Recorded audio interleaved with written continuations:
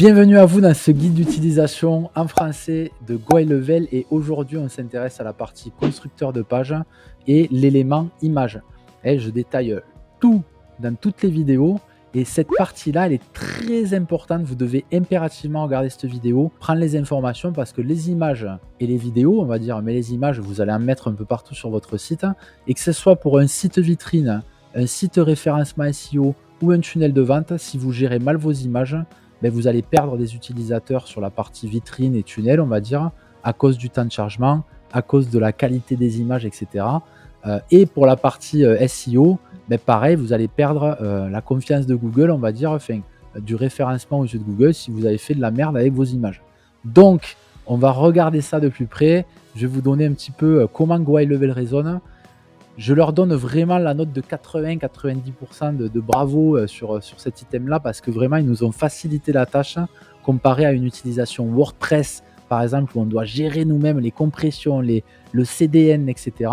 Là, c'est très facile, ça se fait presque tout seul, mais il y a des petits détails que vous devez connaître et on va aller regarder ça sur l'écran. Alors, c'est parti. Donc, je suis sur le site de démonstration coach sportif. Et donc, bon, j'avais téléchargé un modèle de GoHighLevel sur la partie vitrine. Et donc, voilà, qu'est-ce que j'ai à dire dessus? Pas mal de choses, en fait, quand même. Déjà, un utilisateur lambda GoHighLevel, quand il va vouloir remplacer une image, donc là, j'ai fait plein de petits essais pour vous montrer la différence et gagner du temps. Quand il va vouloir mettre une image, il va aller dans la galerie. Soit il a des images qu'il a déjà téléchargées, soit il a compris qu'il avait une bibliothèque Unsplash et Pixabay. Et donc, il va mettre, je veux voir un coach, donc il va taper coach, il va avoir des résultats, il va prendre par exemple cette image, tac, elle va s'importer là. Waouh, elle est de jolie qualité, c'est génial. Le problème est que ici, dans ce cas-là, dans le cas de Pixabay et de Unsplash, si vous utilisez ce raccourci, on va dire, l'image est directement importée depuis Pixabay. Donc, c'est-à-dire que cette image-là, quand votre utilisateur va charger cette page internet, au moment où ça arrive au code qui doit télécharger cette image-là, il va aller la télécharger sur Pixabay. Et donc, sur Pixabay, on a une image qui est téléchargée au format JPEG et au format 1280 pixels sur Pixabay sans compression. Donc, on se retrouve avec une image finalement qui va faire 150, 200, 250 kilooctets. C'est trop lourd. C'est trop lourd pour une image en plus qui va dans un encart aussi petit. Alors avant, justement, dans WordPress, pour ceux qui utilisent WordPress, et j'y suis encore, il faut réfléchir un peu à ça. Même si on a un CDN, etc., on essaie de bien travailler nos images, d'essayer de dimensionner les images correctement quand on les envoie, etc. Ici, on n'a plus trop à réfléchir à ça parce qu'il va tout faire tout seul, GoHighLevel. Mais si vous utilisez la bibliothèque interne Pixabay Unsplash, ça ne passe pas par le CDN de GoHighLevel.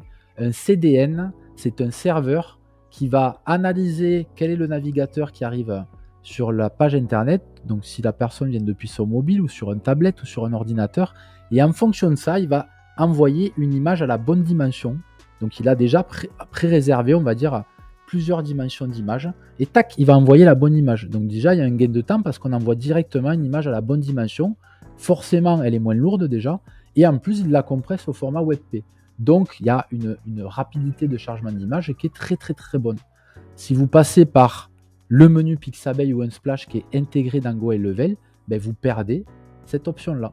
Donc, cette image-là que je viens de télécharger, elle va faire par exemple 150, 200 kilooctets. Je vais aller la télécharger justement en faisant un preview pour vous montrer que c'est pas pertinent. Ok, donc cette page-là, justement, elle contient beaucoup de ce type d'images.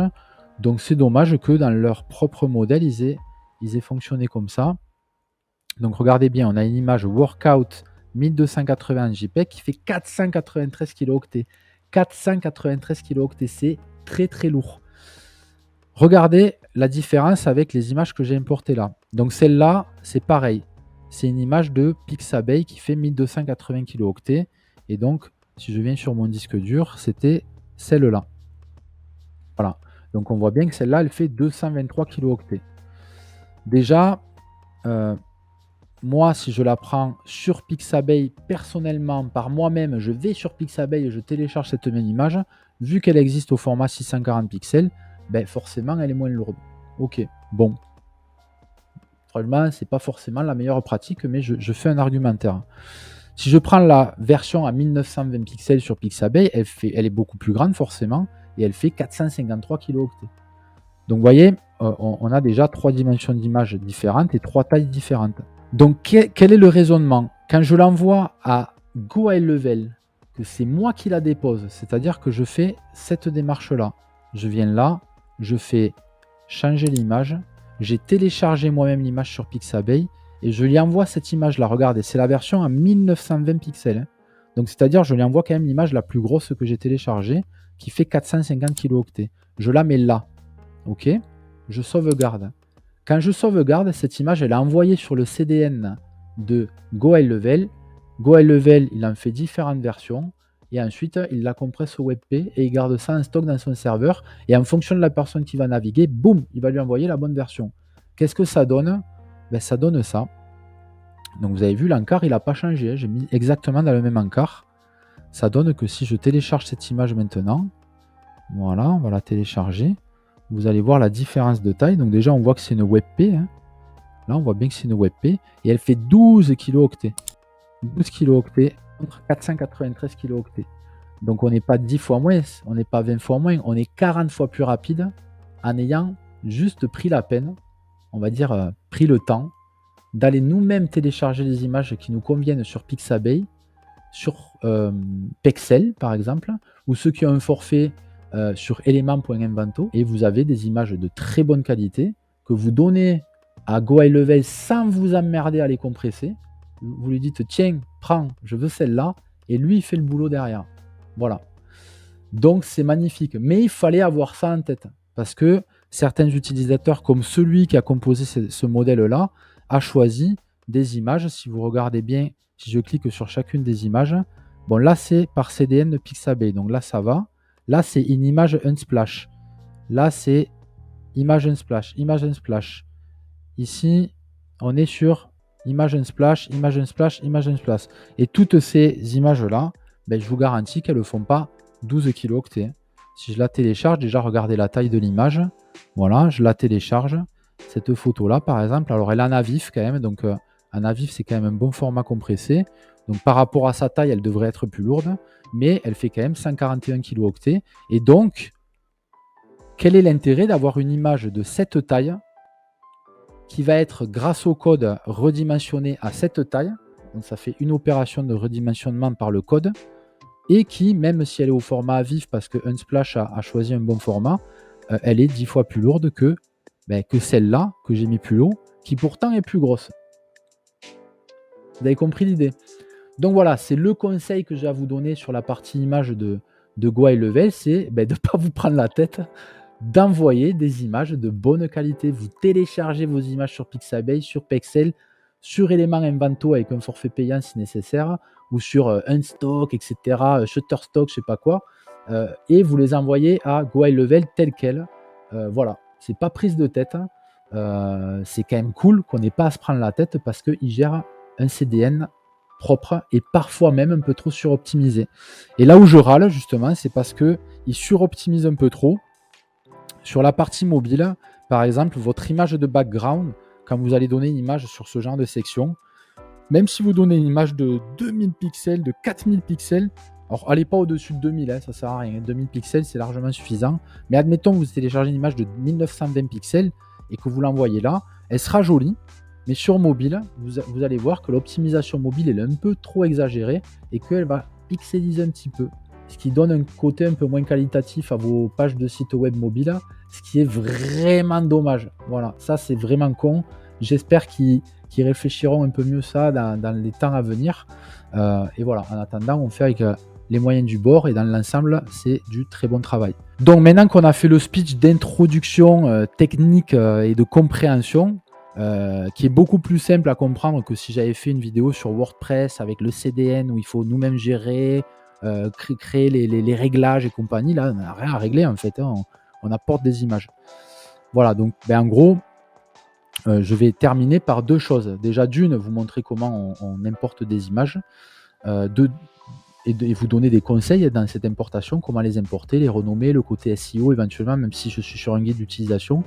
Et de deux, je vais commencer par ça d'ailleurs, vous montrer la différence quand même visuelle si vous aviez fait de la compression. Et justement, j'ai mis cet exemple-là pour que ça soit rapide. Ici, regardez bien, j'ai une image où on voit le logo Nike. C'est l'image Pixabay, ok? Image Pixabay qui fait 200 et quelques kilo-octets. Donc la version à 1280 kg, donc c'est en gros c'est celle-là. Ok, celle-là, 223 kilo-octets. On voit le logo Nike. Donc en gros on s'en fout, hein, mais on le voit là. Ici, deuxième image, ben, c'est la même image qui a été compressée. Qui a été compressée. Et donc là, on voit que ben, le logo Nike il commence à faire un peu la gueule. Donc c'est-à-dire que moi, je l'ai compressé en amont sur Canva et je l'ai envoyé. Et eux, ils ont rajouté une couche de compression. Voilà. Ensuite, je suis allé plus loin. C'est-à-dire que j'ai dimensionné l'image à un format, par exemple, de 600 pixels. Je crois j'avais mis 600 pixels sur Canva. Et je l'ai compressé et pas compressé. Donc là, je ne l'ai pas compressé, ça donne ça. Donc du coup, alors c'est pas génial. Et là, je l'ai compressé. Alors là, on voit même plus le logo Nike. Il n'y a plus le logo. Le gars, il a perdu Nike. Voilà, il a plus de t-shirt Nike à cause de nous. Donc voilà, c'est. Vous voyez la diff? C'est à l'œil nu, tout ça. Et ensuite, j'ai pris une image de 1920 pixels et je l'ai envoyé à Go High Level en disant tiens, prends la plus grosse image que j'ai, 1920 pixels, et je l'ai envoyé à Go High Level. Ben, du coup, on revoit le logo Nike comme là, à la différence que, et je terminerai par ça pour la démonstration de compréhension de la partie compression, à la différence que, on va faire un preview, je vais les télécharger toutes les deux. Donc une qui est censée faire à 1280 pixels à la base non compressée, qui est finalement l'image de Pixabay que j'ai choisie dans la bibliothèque de Go High Level, et dans le menu Pixabay, et boum, j'ai mis l'image. Voilà, donc du coup, elle ne passe pas par leur CDN. Deuxième version, je vais télécharger l'image en meilleure qualité sur Pixabay et je la dépose moi-même sur Go High Level sans me faire chier à la compresser, sans me faire chier à la redimensionner, rien du tout. Je fais walou et regardez la diff. Je suis sur une image ici, c'est la 1280 qui fait bien 223 kilo-octets, donc ok. Et ensuite ici, j'ai la version Go High Level compressée, adaptée à la taille et envoyée en WebP. Donc on est 4 x 5, allez on est 5, presque 6 fois moins lourd. Et on s'est fait moins chier que si on avait téléchargé l'image, compressé par nous-mêmes, etc. Voilà, gardez bien ça en tête. Moi je vais supprimer toute cette partie et on continue la vidéo pour juste le côté utilisation. Bah, du coup c'est très facile. On appuie sur le background par exemple. À un endroit on a un endroit où on peut mettre background image. On va dans sa bibliothèque, on va chercher l'image adéquate et boum, on la double-clique pardon et elle vient se mettre en fond. Fin de l'histoire. Voilà. J'ai pas grand chose de plus à dire si ce n'est que dans un background pour la partie image, vous pouvez jouer sur différents éléments. Donc vous pouvez jouer sur le côté que l'image va être parallaxe. Alors ça ne fonctionne pas sur tous les appareils, notamment les iOS. Donc là, regardez, ça fait cet effet-là. C'est-à-dire que l'image, elle reste fixe pendant que les choses défilent dessus. Il y en a beaucoup qui aiment ça. Ça ne marche pas sur tous les supports, donc sachez-le. Voilà, donc si ce n'est pas parallaxe, tout défile en même temps. Ensuite, vous pouvez choisir si l'image, elle est full en largeur. Ça vous permet de contrôler un petit peu la partie qui est visible. Full en largeur et hauteur, mais du coup, ça va lui donner une comment dire, ça va la modifier en termes de taille et du coup, ça va la modifier en termes d'aspect parce qu'on force les deux dimensions à travailler. Et après, no repeat, c'est-à-dire qu'on n'étend pas l'image, on ne fait pas en sorte que ça prenne l'ensemble du background et ça, c'est dommage. Mais ça peut avoir des moments où on veut. Repeat, c'est on répète. Donc là, on voit bien qu'il y a un trait, c'est-à-dire que l'image se répète. Voilà, moi, ces options-là, après, honnêtement, je les utilise jamais. Donc en général, on est en full center ou en full width. Voilà. En général, on choisit l'un des deux. Là, je vais garder full center. Voilà, pas plus. Ensuite, on peut mettre ici, on peut mettre une sorte d'opacité pour que le texte, par exemple, soit plus visible. Et donc, si on avait eu un texte en noir, noir sur noir, si je prends cette partie-là, que je le mets bold text en noir, voilà, si j'enlève le light fade, voilà, noir sur noir, on ne voit pas bien. Donc ça mériterait de mettre du light fade. Et là, on voit mieux le texte. Pour autant, on n'a pas changé l'image. Donc c'est quand même cool qu'ils aient prévu ça dans le builder. Voilà, donc je ne suis pas en train de parler du texte, c'était juste pour parler de l'image et du côté réglage sur l'image. Voilà, donc ça c'était la partie background.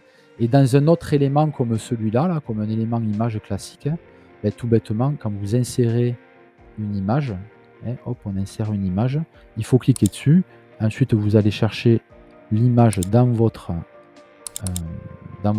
média. Vous pouvez choisir du coup Optimize Image Load ou pas. Donc là, il vous explique bien, si vous tournez off le lazy loading, ça peut affecter la vitesse de la page. L'optimisation d'image pour le web peut réduire votre chargement total de plus de 80%. Donc de toute façon, vu qu'il le gère quand même assez bien, moi je vous suggère de garder l'optimisation activée, bien sûr.